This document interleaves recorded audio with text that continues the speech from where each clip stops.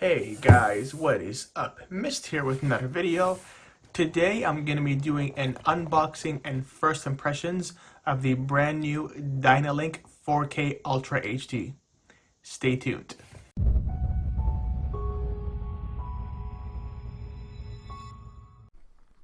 If you would like more information about the Dynalink Ultra 4K HD, please visit the link in the description below.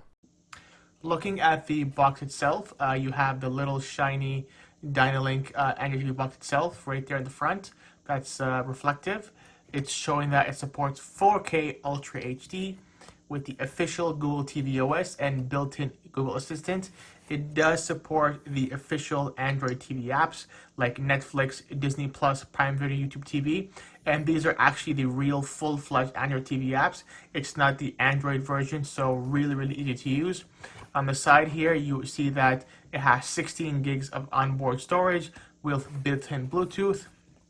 On the back, you see that it comes with the box itself, the voice remote, which is really easy to use, an HDMI cable, power adapter, manual, and with built-in Chromecast. It also does support Dolby Audio if you have that system set up. On the other side is showing you that it supports Wi-Fi 5, HDMI 2.0. On the bottom, you have the actual other information, but outside of that, it is basically it's.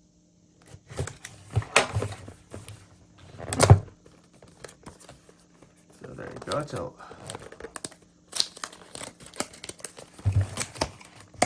So opening the box up at the beginning, this looks like it slides out, and you get a smaller box. We'll put this off to the side.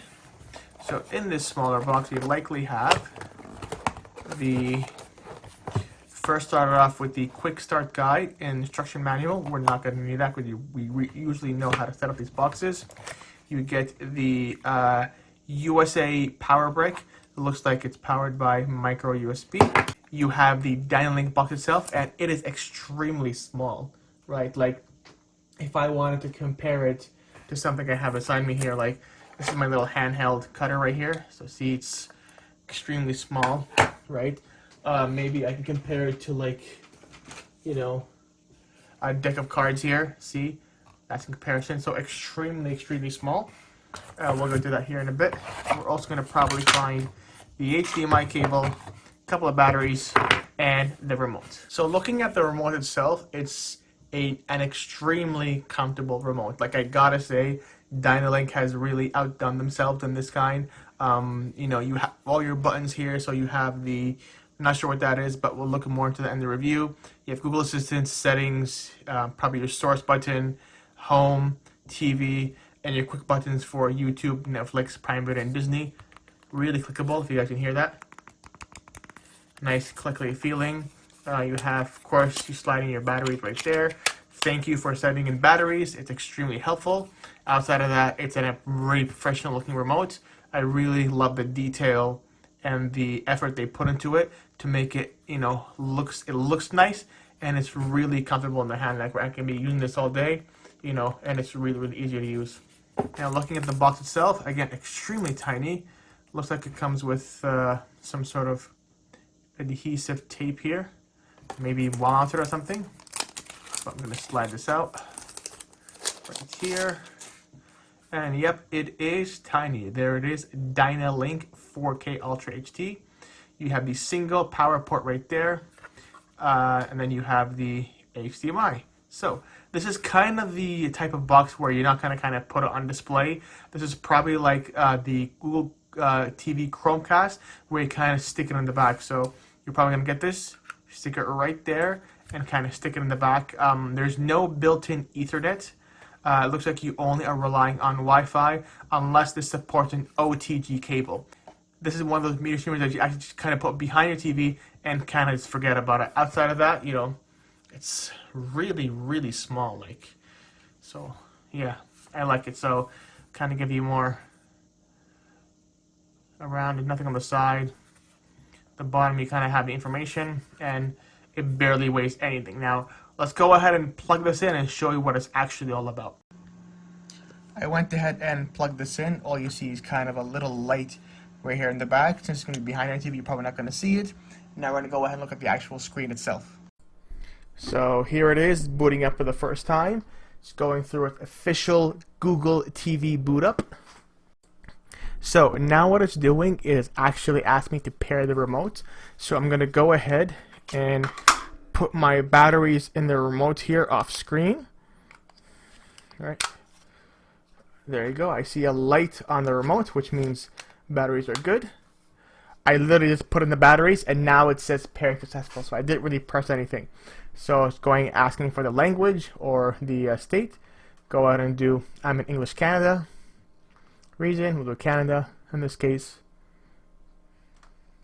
Set up the Google TV Home app. So this is the option where you can use the actual, if you already have a Google Home TV app, you can use this and set it up. But in my case, I don't use it. I'm going to go ahead and set it up with my remote, putting in my username and password manually. If you have this already, feel free to use it, but I'm going to skip it and press down below. And I'm going to go ahead and set it up myself manually. And now, once you've signed in, it's going to ask you to accept the terms of services. Hit accept. It's really up to you if you want to have the use location and Google TV, so I'm going to leave it as default for now. If you want to sign up with them, it's up to you, but I'm going to click on no thanks for now.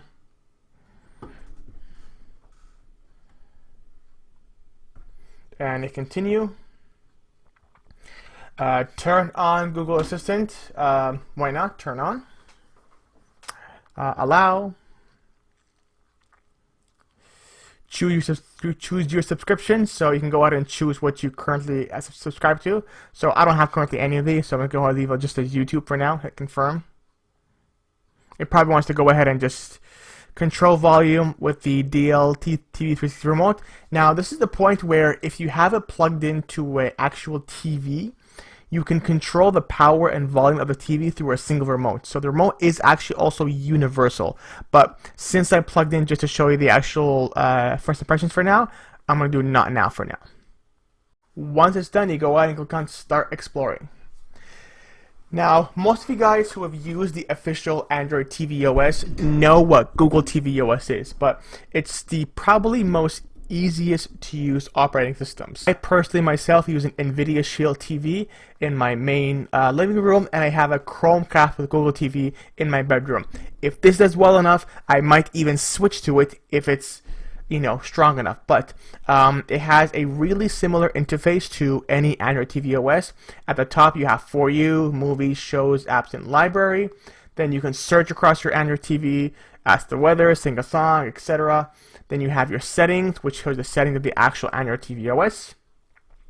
And then if you go back to the For You section, it goes ahead and gives you options of what you can watch and where across all platforms. You have your app section where if I want to go ahead, for example, watch a video on YouTube, I can tap on YouTube right here and it'll go ahead and launch it instantly. A really smooth and nice to use experience. Once I'm inside the YouTube app, it works just like any other app. You go ahead and you tap on the video and it's going to go ahead and play it for you. It supports up to 4K Ultra HD, so the picture is nice and crisp. And then you have top selling movies, popular, so the usual Android TV OS. So this video is not going to be a full review, it's just the actual initial impressions, so I'm not going to go that much in details. In my next follow-up video, after using this for a while, I will go ahead and do a full review to test the speed, the Wi-Fi on it, you know, playing 4K videos, playing 1080p videos, playing third-party applications, sideloading, the whole 9 yards. For now, this is just a quick first impressions to show you guys what I think out of the box. So far, it's on the positive thumbs up side, but please stay tuned for the full review. If you guys found this video helpful, please feel free to leave me a thumbs up down below, and don't forget to subscribe. Thank you very much. See you guys later.